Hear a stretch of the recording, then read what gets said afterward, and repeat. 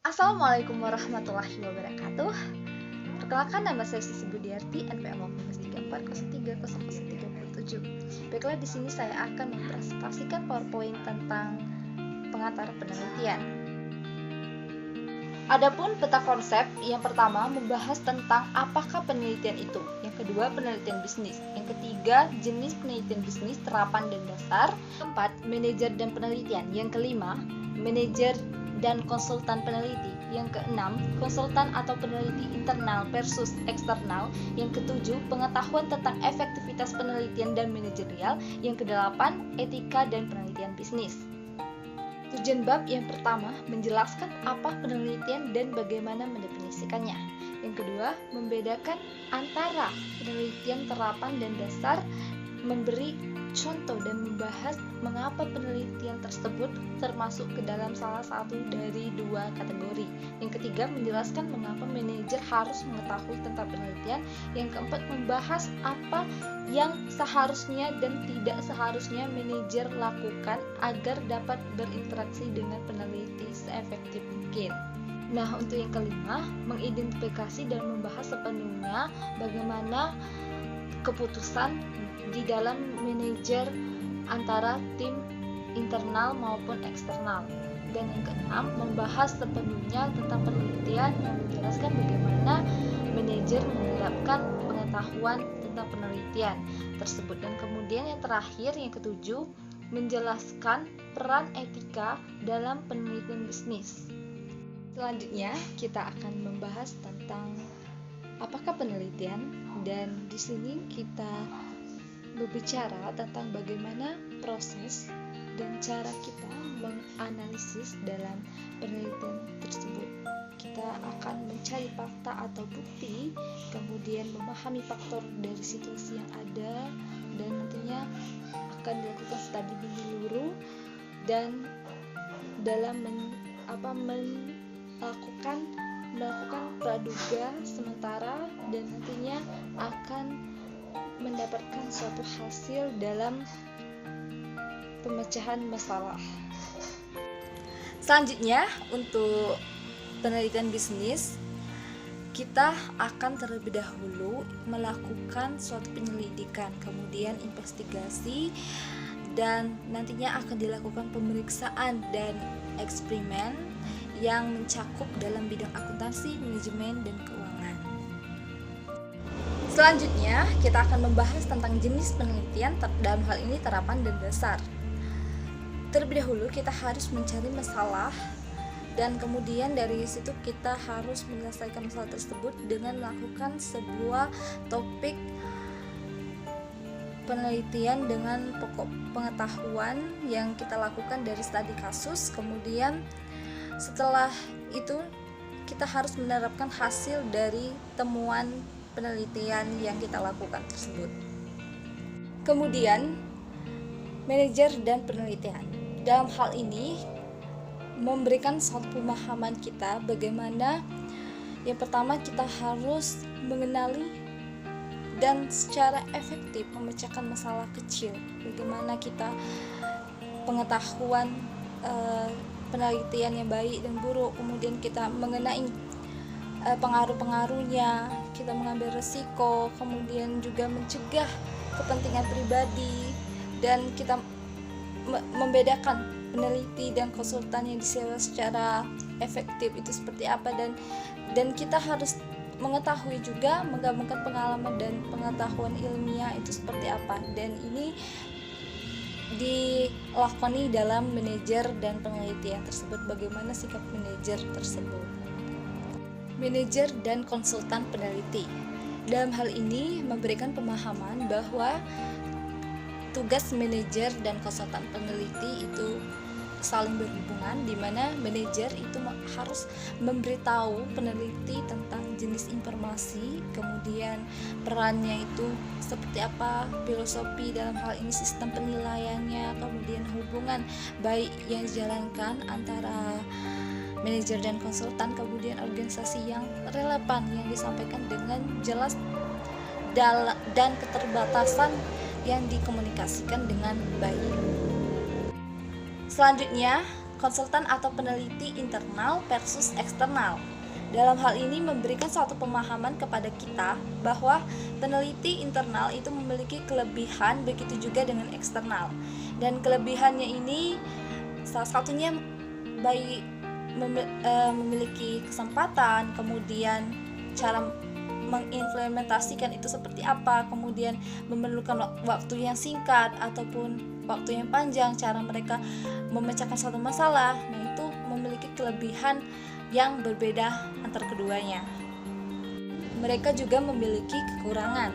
Nah, kekurangan tersebut peneliti internal itu biasanya memiliki suatu koalisi, misalnya ada pun yang menghalangi ide atau perspektif cara mereka dalam menemukan suatu gagasan yang baru, kemudian juga bias organisasinya. Dan untuk yang eksternal juga memiliki suatu kekurangan, yaitu dari segi beban biaya, kemudian bagaimana mereka sulitnya tidak dipedulikan, kemudian biaya juga yang mahal, dan itu semua bagaimana mereka menghadapi situasi tersebut dan merujuk kepada suatu penyelesaian tentang tanggung jawab mereka yang harus mereka lakukan. Selanjutnya, pengetahuan tentang penelitian dan efektivitas manajerial. Di sini memberikan pemahaman kepada kita bagaimana kita mencari pengetahuan penelitian yang kita deteksi atau kita lakukan, dan kemudian nanti itu saling berkesinambungan dengan lingkungan organisasi atau lingkungan kerja yang ada pada suatu perusahaan. Etika dan penelitian bisnis memberikan suatu penyampaian bahwa di dalam hal ini kita harus memperhatikan sikap kita dalam hal pengumpulan data, analisis data, kemudian pelaporannya dan penyebaran informasinya, dan itu semua saling berkaitan dan ini harus kita lakukan dengan rasa integritas yang tinggi. Kemudian pada bab 2 kita akan membahas mengenai pendekatan ilmiah dan alternatif untuk investigasi. Nah, dalam hal ini, kata konsep yang pertama kita membahas tentang ciri-ciri penelitian ilmiah, metode hipotesis deduktif, proses 7 langkah metode hipotesis deduktif, kemudian penalaran induktif dan deduktif, kemudian juga beberapa keterbatasan untuk melakukan penelitian ilmiah dalam bidang manajemen, dan terakhir pendekatan alternatif untuk penelitian. Tujuan bab pada bab 2 ini, tujuannya yang pertama menjelaskan apa yang dimaksud dengan investigasi, kemudian menjelaskan 8 ciri-ciri ilmiah itu seperti apa, kemudian menjelaskan hambatan penelitian, menguraikan 7 langkah metode hipotesis deduktif, kemudian juga menjelaskan proses induksi dan deduksi, kemudian juga kita akan menjelaskan proses singkat mengapa penelitian, kemudian menguraikan perspektif ilmiah, dan yang ke-8 itu menjelaskan paham positif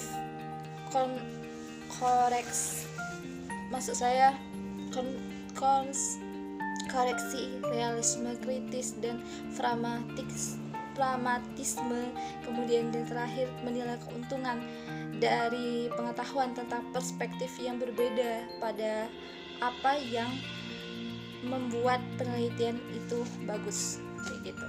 Ciri penelitian ilmiah yang pertama itu tujuan yang jelas, kemudian teliti, dapat diuji, dapat diulang, kemudian juga ketepatan dan keyakinan, objektivitas, dapat digeneralisasi, dan yang terakhir hemat.